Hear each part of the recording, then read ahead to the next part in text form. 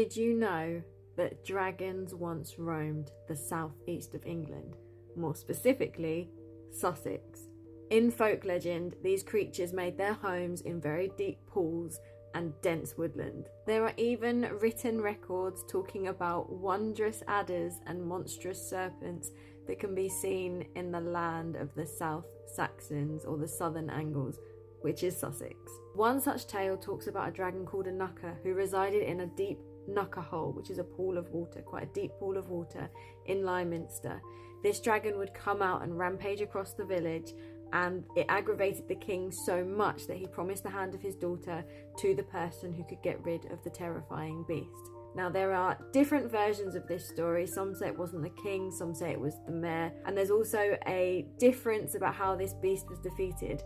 Some say that a wandering knight came along and managed to kill the beast, and actually a gravestone resides at a local church, which is said to be his grave. But another version of this tale talks about a local man who managed to defeat the dragon by cooking up a poisonous pie, which the dragon ate, and then the man chopped its head off and unfortunately managed to infect himself with the poison, and he passed away, hence taking us back to the gravestone that now resides at the church. However, in the story of the mayor, which also focuses on a local man poisoning the dragon, the protagonist survives at the end.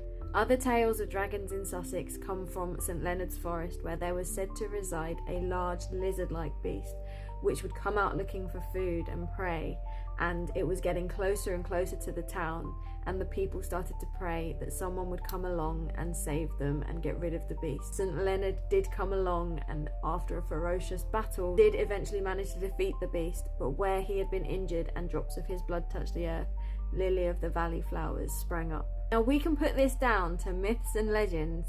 However, there is actually a record of an eyewitness account. I won't read you the whole thing, but I will dip in and read a couple of bits to you. See what you make of this.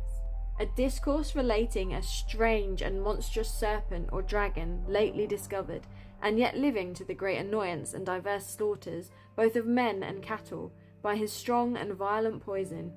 In Sussex, 2 miles from Horsham, in a wood called St Leonard's Forest, and 30 miles from London, this present month of August, 1614, with the true generation of serpents. There's quite a big description there, but just to pick out a few bits and pieces, it says, this serpent, or dragon as some call it, is reputed to be 9 feet, or rather more in length, and shaped almost in the form of an axle-tree of a cart, a quantity of thickness in the middest, and somewhat smaller at both ends. The former part, which he shoots forth as a neck, is supposed to be an ell long, with a white ring, as it were, of scales about it.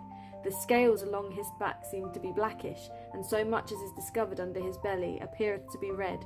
For I speak of no nearer description than of a reasonable ocular distance, for coming too near it hath already been too dearly paid for, as you shall hear hereafter. And then at the bottom of it, so again there's a little bit more text in there, but at the bottom it says, these persons whose names are here underprinted have seen this serpent, besides divers others, as the carrier of Horsham, who lieth at the White Horse in Southwark, and who can certify the truth of all that has been here related.